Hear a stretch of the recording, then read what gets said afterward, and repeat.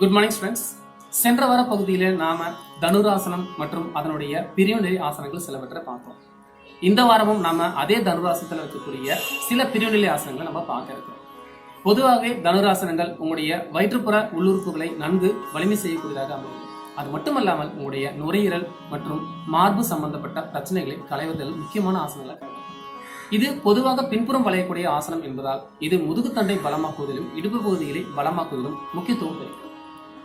மேலும் இந்த வகை ஆசனங்கள் உங்களுடைய முதுகுத்தண்டினுடைய அமைப்பை சரி செய்வதால் கூன் முதுகு போன்ற பிரச்சனைகளிலும் மூலம் தோள்பட்டையில் இருக்கக்கூடிய சில குறைபாடுகள் கலந்து நல்ல பொலிவையும் தோற்ற பொலிவையும் அளிப்பதில் முக்கிய ஆசனங்களாக கருதப்படும். வாங்க இந்த தனுராசன வகையில ஆசனங்களை பார்க்கலாம். இடையிடையே இதனுடைய பலன்களையும் நலன்களையும் பார்க்கலாம்.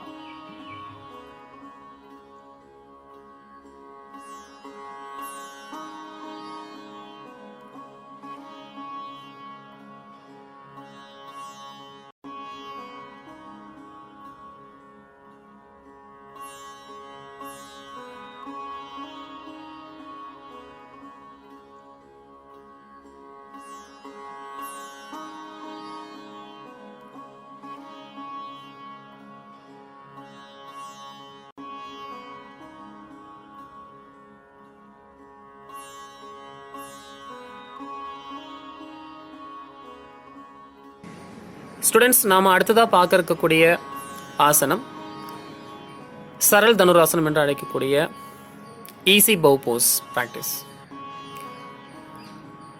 இந்த ப்ராக்டிஸும் தனுராசனம் செய்வதற்கான ஒரு ப்ரிப்பரேட்டரி ப்ராக்டிஸ் தான். ஏற்கனவே நம்ம பார்த்த அர்த்த தனுராசனம் மற்றும் சரல் தனுராசனம் இந்த ரெண்டு வகைகளுமே நீங்கள் தனுராசனத்தை சரியாக செய்வதற்கு உதவி செய்யக்கூடிய ஆசனங்களாக அமையும். இந்த ரெண்டு ஆசனங்கள் நீங்கள் முதல்ல பயிற்சி பண்ணுங்கள். இதில் நல்ல பயிற்சி கிடைச்சதுக்கப்புறமா நீங்கள் தனுராசனத்தை ட்ரை பண்ணலாம். வாங்க இந்த சரல் தனுராசனம் என்று அழைக்கக்கூடிய ஈஸி பவ் போஸை எப்படி செய்யறதுன்னு சொல்லிட்டு பார்க்கலாம். இடையே அதனுடைய பலன்களையும் நம்ம பார்த்துருவோம். நிதானமாக crocodile போஸ்லேருந்து நீங்கள் ரெடி பொசிஷனுக்கு வந்துடலாம். லெக்ஸ் ரெண்டையும் ஜாயின் பண்ணிவிடுங்க. கைகளை உடலுடைய பக்கவாட்டு பகுதியில் வச்சுருங்க. உள்ளங்கைகள் வானத்தை பார்த்தபடி இருக்கட்டும். உங்களுடைய சின்ன கரெக்டாக ஃப்ளோரில் டச் பண்ணபடியும் உடல் ஒரு நேரான நிலையிலும் இருக்கட்டும். இந்த பொசிஷனில் ஸ்லோவாக உங்களுடைய இரண்டு கால்களையும் மடித்து இரண்டு கால்களோட லெக் ஆங்கிள்ஸை நீங்கள் கேட்ச் பண்ணிக்கோங்க. கேட்ச் பண்ணும்போது உங்களுடைய கை விரல்கள் கால்களுடைய வெளிப்பகுதியிலும் கட்டவிரல் லெக் ஆங்கிள்ஸுக்கு கீழே இருக்கபடி பார்த்துக்குங்க.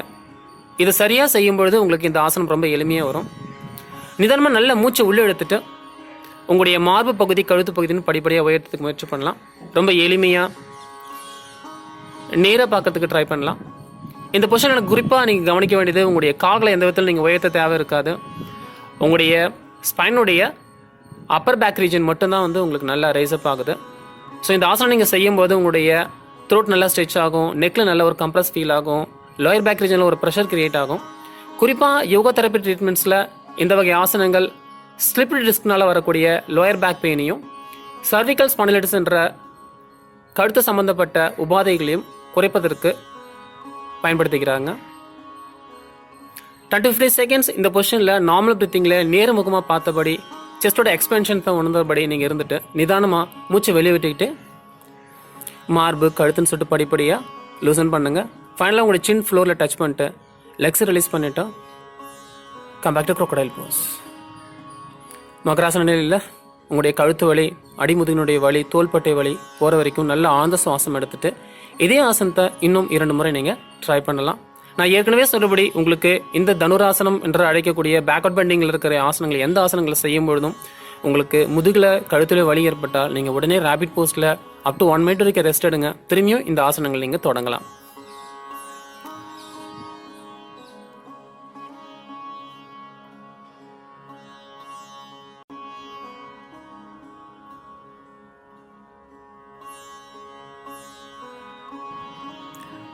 ஸ்டூடெண்ட்ஸ், நம்ம அடுத்ததாக பார்க்க இருக்கக்கூடிய ஆசனம் பவ் போஸ் என்று அழைக்கக்கூடிய தனுராசனம். இந்த ஆசனத்தினுடைய இறுதி நிலையில் இது பார்க்கறதுக்கு வில் போன்ற தோற்றத்தை ஒத்து இருக்கிறதுனால இதற்கு பவ் போஸ் என்று பெயர் வந்தது. இந்த ஆசனம் குறிப்பாக நம்முடைய டைஜஸ்டிவ் ஃபயரும் ஸ்டொமக்கில் செக்ரெட் ஆகிற என்சைம்ஸை, அதாவது நம்முடைய செரிமான மண்டலத்துக்கு உதவக்கூடிய என்சைம் செக்ரேஷன்ஸையும் இதை ஸ்டிமுலேட் பண்ணி விடுறதுனால இந்த ஆசனம் நம்ம செரிமானம் மற்றும் கேஸ்ட்ரோ இன்டெஸ்டைனல் சம்பந்தப்பட்ட பிரச்சனைகளை குறைக்கிறதுல மிக முக்கிய ஆசனமாக கருதப்படுது. அது மட்டுமல்லாமல் உங்களுடைய லங் ரீஜனை ஸ்ட்ரென்தன் பண்ணுறதுக்கும் ஹார்ட் ரீஜனை ஸ்ட்ரென்தன் பண்ணுறதுக்கும் இந்த ஆசனம் ரொம்ப உதவிகரமாக இருக்குது. வாங்க இந்த தனுராசனத்தை நம்ம எப்படி செய்கிறதுன்னு சொல்லிட்டு பார்க்கலாம். நிதானமாக 2 கால்களை ஒன்றா சேர்த்தா 2 கைகளை உடலுடைய பக்கவாட்டில் பிளேஸ் பண்ணிக்கோங்க. உள்ளங்கைகள் வானத்தை பார்த்தபடி, தாடை பகுதி தரையை தொட்டபடியும் ஒரு நேரான ஒரு பொசிஷனில் இருக்கலாம். நிதானமாக ஒவ்வொரு காலையும் அடித்து நிதானமாக லெக் ஆங்கிள்ஸை நீங்கள் கேட்ச் பண்ணிக்கலாம். ஸோ ரைட் ஹேண்டால் ரைட் லெக் ஆங்கிளையும், லெஃப்ட் ஹேண்டால் லெஃப்ட் லெக் ஆங்கிளையும் சரியாக கேட்ச் பண்ணிக்கோங்க. கைகள் வெளிப்புறமாக இருக்கிறது மிக மிக முக்கியமான ஒரு விஷயம். இந்த பொசிஷன் நல்ல கிரிப் கிடைச்சதுக்கப்புறமா நிதானமாக நல்ல மூச்சை உள்ள இழுத்துட்டு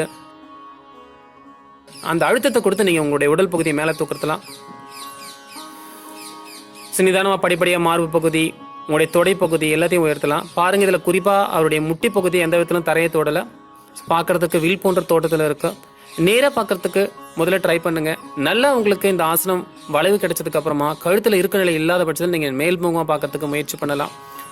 உங்கள் கால்களை யாரோ பின்புறம் பிடிச்சி வலிக்கிறா போல் ஒரு இமேஜினேஷனை உருவாக்குனீங்கன்னா கண்டிப்பாக இந்த ஆசனத்தை நீங்கள் கண்டினியூஸாக நல்லா ஒரு ஃபைனல் பொசிஷனில் ஹோல்ட் பண்ண முடியும். உங்களுடைய கால் பகுதிகளை யாரோ பிடித்து பின்புறம் இழுக்கிற போல் நீங்கள் ஒரு கற்பனை செஞ்சுக்கிட்டே நீங்கள் உங்கள் கால் பகுதியை பின்புறம் உயர்த்திக்கிட்டே இருங்க கண்டினியூஸாக. இது மூலமாக செஸ்ட் ரீஜன் நல்லா எக்ஸ்பென்ஷன் கிடச்சி உங்களால் கண்டினியூஸாக 10 to 15 செகண்ட்ஸ் வரைக்கும் இதில் ஹோல்ட் பண்ண முடியும்.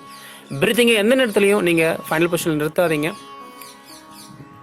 10 to 15 செகண்ட்ஸ் இந்த பொசிஷனில் நீங்கள் இருந்ததுக்கப்புறமா நிதானமாக உங்களுடைய தொடைப்பகுதி, மார்பு பகுதின்னு நிதானமாக தரைப்பகுதியில் விட்டுருங்க.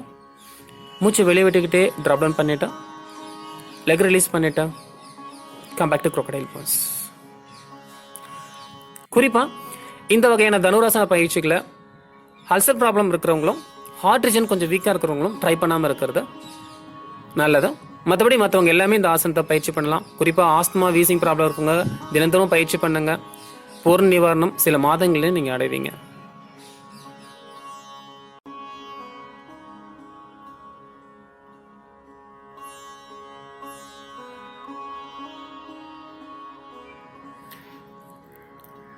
ஸ்டூடெண்ட்ஸ், ஆசனங்கள் நீங்கள் பயிற்சி செய்யும்போது ஒவ்வொரு ஆசனத்துக்கும் மாற்றாசனம் என்ற ஒரு ஆசனம் இருக்கும்.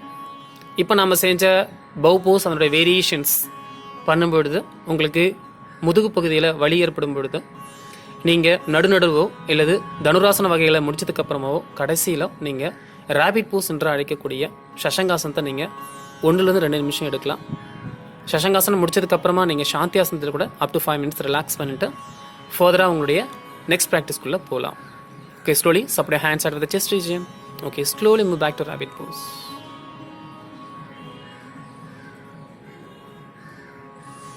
நீங்கள் பேக்வர்ட் பெண்டிங் ஆசனா செய்யும் பொழுது முதுகு பொடியில் இருக்கக்கூடிய மசில்ஸில் இருக்கிற டென்ஷன்ஸை இந்த ஆசனம் ரிலீஸ் பண்ணி குயிக்காக உங்களை நார்மலுக்கு கொண்டு வந்துடும். Slowly come back to Vajrasana. Close your eyes. Take a deep breathing. 3 to 5 times. என்ன ஸ்டூடெண்ட்ஸ், இந்த பின்புறம் வளையக்கூடிய தனுராசனம் மற்றும் அதனுடைய பிரிவுநிலை ஆசனங்களை பார்த்தீங்களா? இந்த ஆசனங்கள் உங்களுடைய நுரையீரலை நன்கு பலம் செய்து அதில் ஏற்படக்கூடிய குறைகளை களைவதில் மிக முக்கியமான ஆசனம். அது மட்டுமல்லாமல் இது குறிப்பாக உங்களுடைய தைமஸ் கிளாண்டை தூண்டி உங்களுடைய நோய் எதிர்ப்பாற்றலை நல்லா அதிகரிக்கக்கூடிய ஆற்றல் மிகுந்த ஆசனமாக இருக்குது. அதனால் தினந்தோறும் பயிற்சி செய்யுங்க, நோய் எதிர்ப்பாற்றலோடு திகழுங்க. நன்றி, வணக்கம்.